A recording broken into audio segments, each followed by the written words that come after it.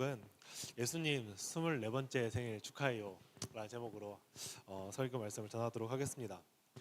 요즘 지하철에 가다 보면 참 재미난 것들이 좀 많은 것 같아요. 이제 뭐 각종 광고가 있기도 한데 뭐 전단지 뭐 이런 시대도 지나기도 했고, 요즘은 LED판에 여러 가지 광고들이 나오기도 하죠. 제가 이제 그 광고판을 보다가 참 재밌는 걸 하나 이제 발견하게 되었습니다. 한번 사진 첫 번째 거 한번 띄워주세요. 네, 이거 보이시나요? 이게 연예인 이제 생일 축하한다고 뭐 이제 언제나 너의 꿈을 응원한다, 이제 이 팬덤들이 이제 이 연예인을 위해서 만든 이제 광고판이에요. 그래서 이 광고판에 보면서 처음에 봤을 때 되게 신박하다, 되게 재밌다라는 생각을 한 것 같아요. 이거를 받는 이제 이 연예인은 얼마나 기분이 좋을까라는 생각을 한번 해봤던 것 같아요. 근데 어느 순간부터 이 연예인 팬덤이 이제 이런 사람들을 지지하다 보니까 이제 내가 각자 좋아하는 연예인이 있을 거 아니에요. 우리도 질 수 없다, 너도 나도 질 수 없다고 하면서 한번 넘겨주세요. 네, 점점점 많아지기 시작하더라고요. 자, 여기 연예인이 3명이 연달아 서 있는데, 이제는 누가 우리 연예가 좋아하는 연예인을 조금 더 화려하게, 그리고 조금 더 축하를 열심히 해줄 수 있을까, 이게 약간 경쟁이 된 것 같아요. 이게 이제 팬덤끼리 붙는 이제 전쟁이라고 하죠. 팬덤 전쟁이라고. 그래서 생일 축하를 열심히 하는 모습을 이제 볼 수 있는데, 제가 지나가다가 이제 문득 그런 생각이 드는 거예요.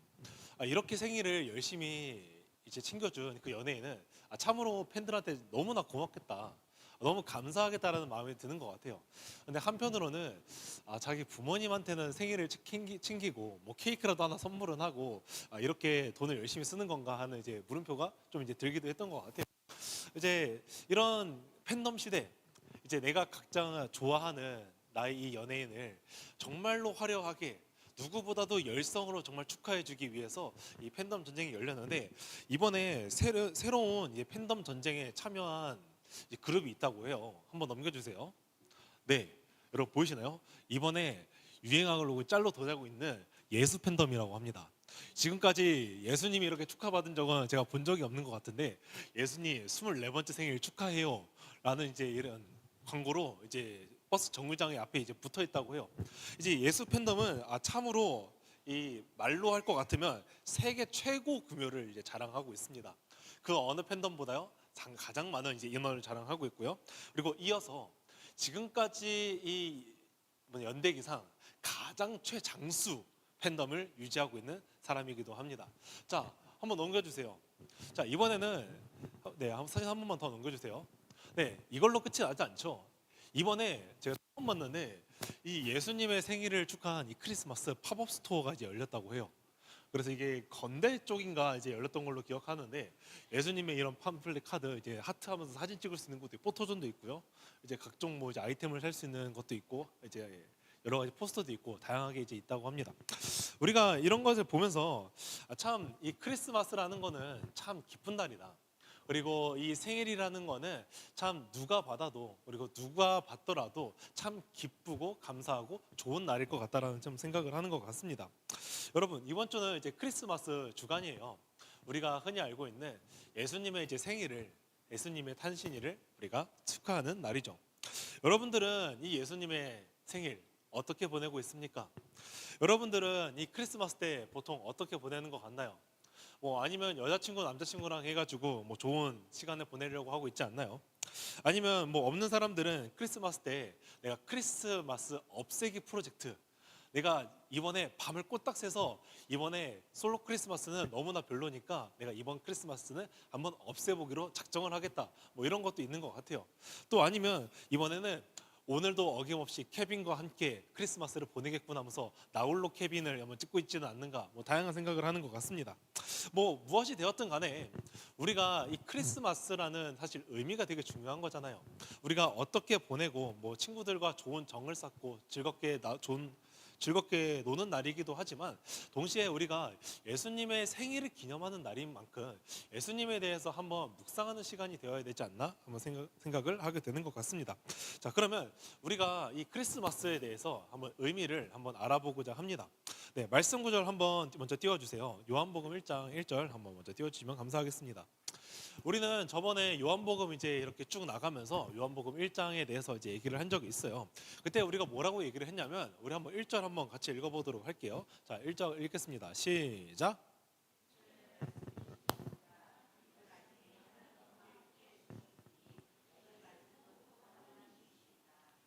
네, 태초에 말씀이 있었는데 이 말씀은 하나님과 함께 계셨기 때문에 이 말씀은 곧 하나님이라고 얘기를 하고 있습니다. 자, 이 말씀이라는 분이 있다고 그때 얘기를 했어요. 이 말씀이라는 분과 이 하나님은 동일 본질이라고 얘기를 하죠. 그러면 하나님은 곧 말씀이니라라는 얘기가 바로 이 1장 1절의 말씀이에요. 저희 1장 14절 말씀 한번 띄워주세요. 자, 요한복음 1장 14절 말씀. 네, 읽어볼게요. 시작.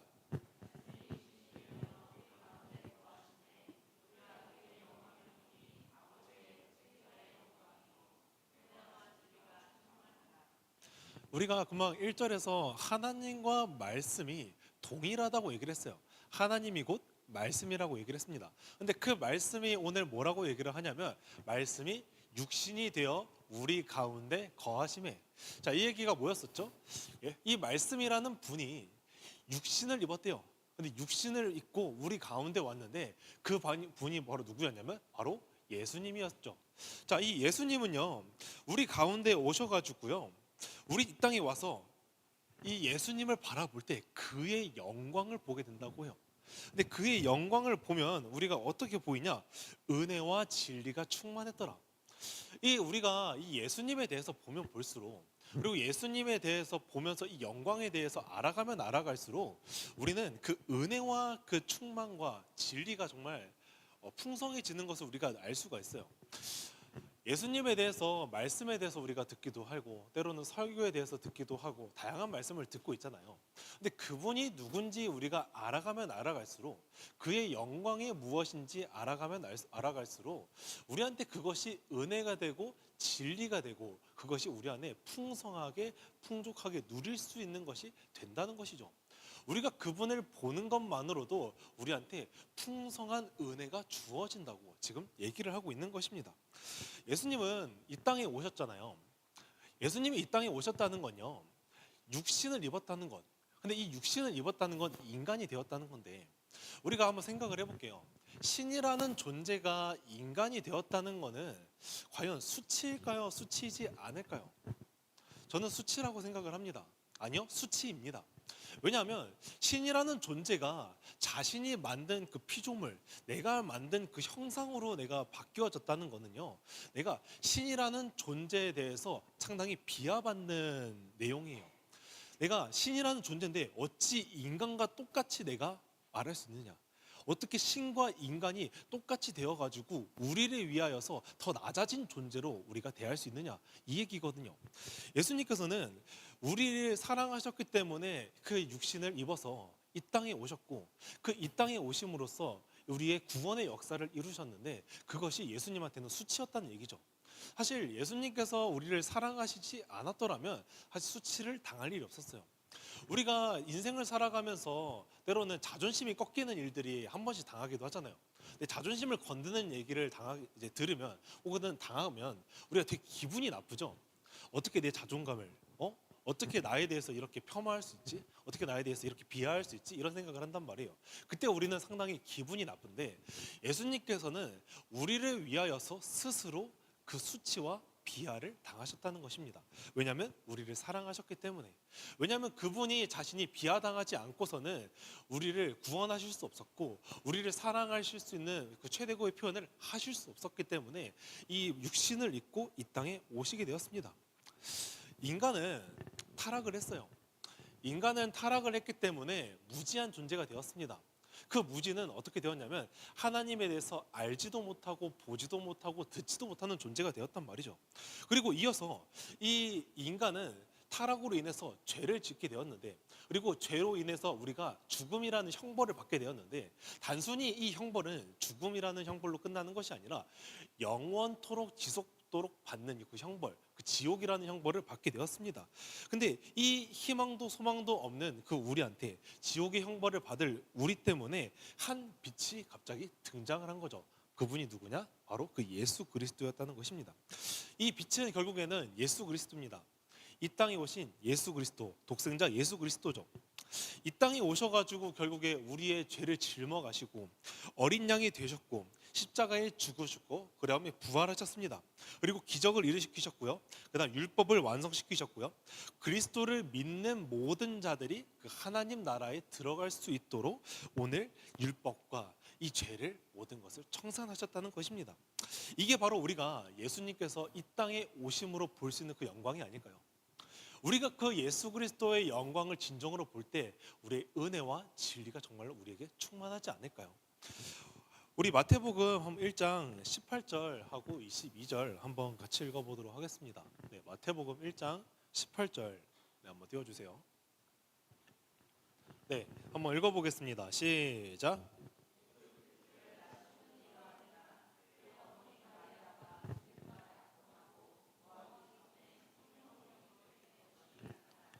네, 23절도 한번 띄워주세요. 네, 마태복음 1장 23절입니다. 네, 읽어보겠습니다. 시작.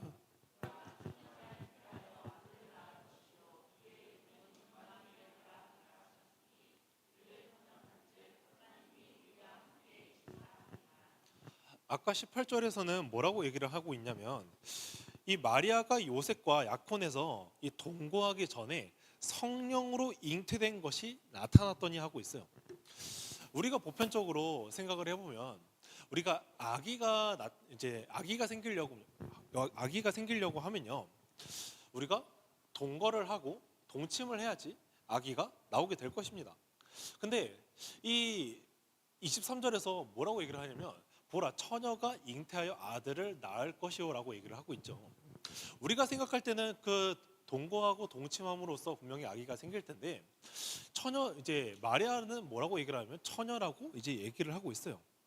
우리가 보편적으로 생각을 할 때 처녀가 아기가 생긴다는 것은 말이 안 됩니다. 이거는 그 시대에서도 그렇고요, 현 시대에서 그렇고 말이 안 되는 얘기예요. 근데 이것을 어떻게 설명할 수 있을까라고 표현을 하니까 결국엔 이거는 성령의 역사라고 표현할 수밖에 없는 것이죠. 성령의 역사 이외에는 이것을 설명할 방법이 없습니다. 예수님께서는 그러면 왜 그 동정녀 마리아, 바로 이 처녀 마리아한테 와가지고 이 아기 예수로 나오셨어야 됐을까? 우리 한번 거기에 대해서 생각을 해봐야 됩니다. 예수님께서는 우리가 인간이라고 했습니다, 아까. 근데 예수님께서는 100% 인간이면서 동시에 100% 신인 존재입니다. 어떻게 보면 인간이기도 하지만 신이라는 존재와 이것이 동일하게 같이 있는다고 우리가 표현할 수 있을 것 같아요. 그럼 예수님께서는 굳이 왜 우리가 보편적으로 생각하는 남자와 여자가 결혼해서 아기가 낳는 그 방법이 아니라 굳이 처녀의 몸을 이용하여서 이 독생자 예수로 오셨어야 됐는가? 거기에 대해서 우리가 물음표가 생기기 시작합니다. 우리는 인간입니다. 그리고 아담의 그 죄로 인해서, 범죄함으로 인해서 인간은 타락하게 되었고요. 그 타락한 그 자녀의 이제 부모에게서 나온 자녀들은 무조건 처음부터 날 때부터 죄인이 될 수밖에 없다는 거죠. 그러면 인간은 우리가 의인이 되기 위해서는 율법을 지켜야 돼요. 율법을 완성해야 돼요. 이 얘기는 무엇이냐면 우리가 율법을 온전히 지킴으로 말미암아 우리가 의인이 된다는 얘기거든요. 근데 우리는 의인이 될 수 없는 존재예요. 태어날 때부터. 왜? 우리는 태어날 때부터 죄인이니까. 그러면 우리는 애초에 의인이 될 수 없는 자인데 이 율법을 완성한다는 것은 불가능할 텐데 이거를 어떻게 해결할 수 있느냐? 첫 번째는 우리가 알고 있는 예수님 땅에 오셔서 우리의 모든 죄를 짊어가셔서 십자가에 달려서 죽으셔야 됩니다. 죄의 값을 받음으로써 이 죄를 모든 것을 청산하셔야 돼요. 근데 이것으로 끝나는 것이 아니라 예수님께서는 율법을 완성하셨어요. 우리가 인간으로서 이 율법을 지켜야지 그 의인이라는 것을 우리가 이제 칭호를 받게 되는데 예수님께서는 신으로 와서 이 율법을 완성하면서 사실 의미가 없는 거란 말이에요. 예수님께서는 무조건 100% 인간으로 오셔서 그 율법을 완성했어야만 해요. 근데 100% 인간으로만 온다면 예수님께서는 그 율법을 지킬 수가 없어요. 그렇기 때문에 100% 율법을 지키기 위해서 100% 인간이자 100% 신인 존재로 와가지고 이 우리의 땅에 와서 죄를 사하여 주시고 그 다음에 우리의 율법을 완성시킴으로써 예수님께서 성육신하신 것이 구원의 역사가 모든 것이 완성이 되는 것이죠. 그것이 바로 예수님께서 이 땅에 오신 이유라는 것입니다. 자, 예수님이 탄생했습니다. 그리고 2장에서는 이제 이렇게 얘기를 하는데요. 한번 2장 1절에서 2절 한번 띄워주세요. 네, 같이 읽어보겠습니다. 시작.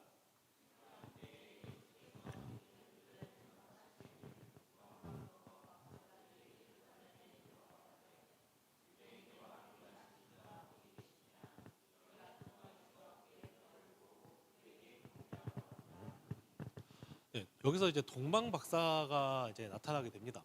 동방 박사가 누구인지 그리고 정확하게 뭐 하는 사람인지에 대해서는 성경이 얘기하고 있기 때문에 우리가 자세하게는 이제 알 수는 없어요. 근데 추정하기로는 이 동방 박사는 별을 관측하는 직업으로 아마 이제 예상이 됩니다.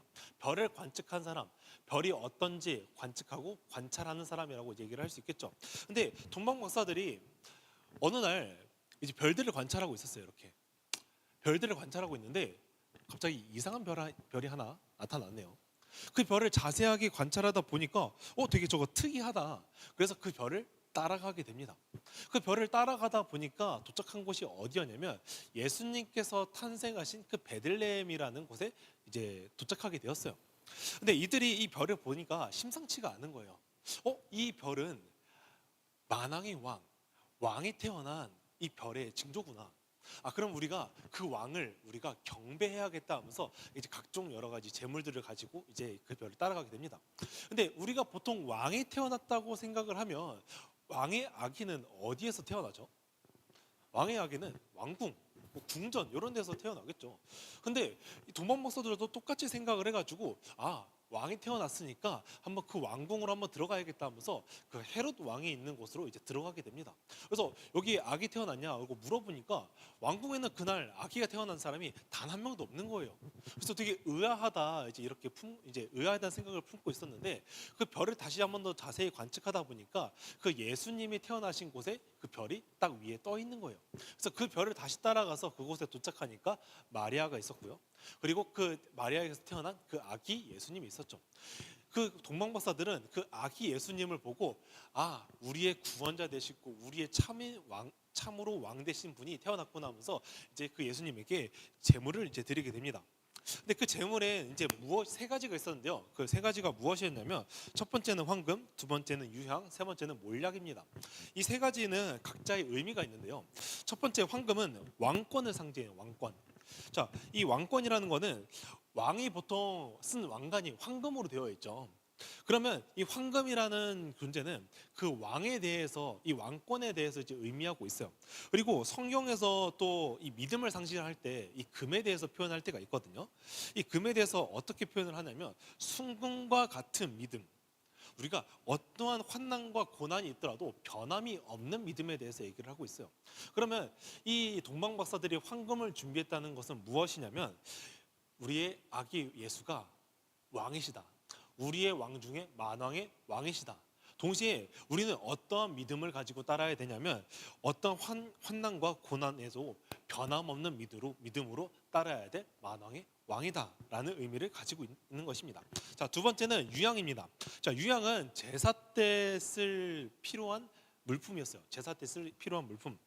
이제 아기 예수님은 하나님과 우리 사이를 연결하는 게 바로 그 제사장의 역할이에요. 하나님과 우리 사이를 연결하는 게 그 제사장의 역할. 그러면 아기 예수님께서는 우리가 하나님과의 관계가 단절되고 끊어져 버렸는데 그 관계를 연결시켜주고 회복시켜주고 다리의 역할을 할 존재라는 것을 의미하면서 바로 이 유향이라는 걸 가져와서 우리의 영원한 대제사장이라는 것을 의미하고 있어요. 자, 마지막으로 세 번째는요, 몰약입니다. 몰약은 보통 그 왕과 선지자 그리고 제사장을 세울 때 그 머리 위에 붓는 그 기름 같은 게 있죠. 그게 바로 이제 몰약입니다. 몰약은 결국에 예수님이 우리 인생에서 최고로 존귀하신 분이라는 것을 의미함과 동시에 우리의 죄를 대신 지고 십자가에 지실 분이라는 것을 예표하고 있는 의미입니다. 이 세 가지의 이제 제물을 가지고 동방 박사가 아기 예수님한테 이제 드렸어요. 근데 참 재밌는 거는 동방 박사가 예수님에 대해서 사실 알고 온 게 아니에요. 동방 박사는 그냥 오늘 별을 관찰하던 사람이었고요. 그냥 별을 관찰하고 있던 와중에 특이한 별을 하나 발견했어요. 근데 그 특이한 별을 보니까 저 별은 우리가 경배의 대상이구나. 우리가 그 별을 되게 존귀케 여겨야 되는 별이라는 것을 깨닫게 된 거죠.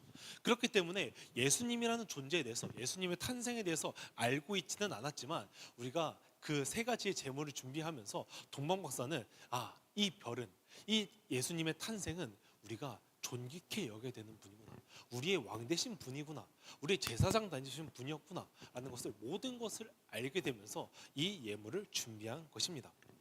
자, 우리는 예수님께서 이 땅에 왜 오셨을까요? 결국에 크리스마스는 이 땅에 왜 우리에게 의미가 있는 날이 됐을까요? 우리는 살아가면서 하나님에 대해서 알지도 보지도 듣지도 못하는 존재라고 얘기를 했죠. 우리는 마치 죄를 지으면서 죄를 짓는 줄 모르면서 살아가는 사람들과 똑같아요. 우리는 죄인인데 죄인인 줄 모르면서 살아가는 사람과 똑같아요. 마치 내가 의인인 것처럼, 나는 죄가 없는 사람인 것처럼 살아가는 게 바로 우리의 모습이란 말이에요. 왜냐하면 하나님에 대해서 알지 못하는 존재였기 때문에 우리가 그렇게 살아가는 것은 되게 당연한 것이에요. 그런데 이 예수님이 이 땅에 오심으로 인해서 우리가 무엇을 알게 됐느냐? 예수님이 이 땅을 구원하셨구나. 그 예수님을 믿는 자마다 구원하심으로써 하나님 나라에 영원히 함께 하실 수 있도록 우리와 이 구속의 사역을, 모든 것을 완성시키셨구나.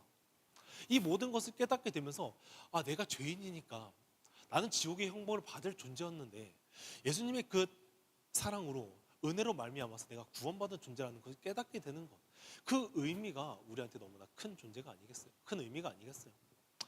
우리가 이 예수님의 탄생에 대해서 깊이 알게 되면 될수록 우리는 우리가 죄인됨에 대해서 깊이 알게 될 거예요. 내가 죄인됨을 처절하게 느끼면 느낄수록 예수님의 이 탄생은 우리한테 참으로 기쁜 소식이 되는 거예요. 여러분, 우리가 이 기쁜 소식, 여러분들은 어떻게 지내고 있습니까? 다시 처음으로 돌아와서 그냥 행복하고 즐겁고 친구와의 정을 나누면서 보내는 날이 되고 있습니까? 아니면 우리가 예수님의 탄신일을 기억하면서 묵상하면서 보내는 시간이 되고 있습니까? 우리가 기쁜 날이기에 친구와 좋은 정을 나누는 거, 그리고 가족과 좋은 시간을 보내는 거 뭐 다 좋습니다. 근데 그 전에 우리가 이 크리스마스라는 날을 우리가 즐기기 전에 그 의미에 대해서 묵상하면서 예수님의 탄신에 대해서, 이제 생일에 대해서 우리가 기뻐하면서 때로는 이것을 찬양하는 시간이 되는 시간이 되기를, 또 축하하는 시간이 되기를 소망합니다. 자, 우리 찬양팀 나와서 같이 찬양해 주면 감사하겠습니다. 오늘은 예수님의 이제 스물이 아니죠. 24번째 생일입니다. 그만큼 예수님께서 이 땅에 오랫동안 오셨고요. 2024년 동안 우리를 이끌어 오시면서 우리를 위해서 지금도 일하시고 계시고 우리를 위한 계획을 가지고 계십니다. 우리의 진정한 주인이 누구인지 생각해 보면서 같이 찬양을 불러봤으면 좋겠습니다. 내가 주인 삼은 모든 건 내려놓고 내 주 대신 주 앞에 나가 내가 사랑했던 모든 건 내려놓고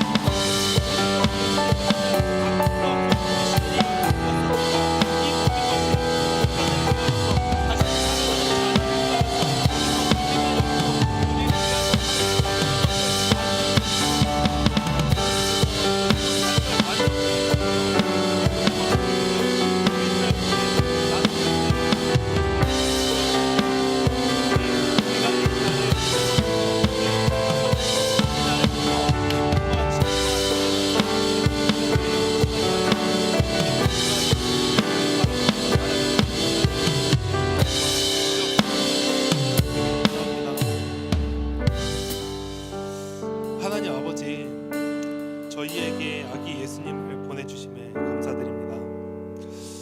그리고 이 기쁜 날을 우리가 누리게 하심에도 감사드립니다. 우리가 이 크리스마스라는 날을, 이 의미를 잊지 않고 우리가 즐겁고 행복한 날이기도 하지만, 우리가 이 크리스마스라는 날은 우리가 그 의미를 기억하고 묵상하면서 우리가 축하할 때 진정으로 그 의미가 깊어지고 의미 있는 날이라고 생각합니다. 주님, 우리가 이 날을 묵상하면서 주 안에서 정말 기뻐하면서 살아가는 시간이 되게 하여 주시옵소서. 이 모든 것 살아계신 예수 그리스도 이름으로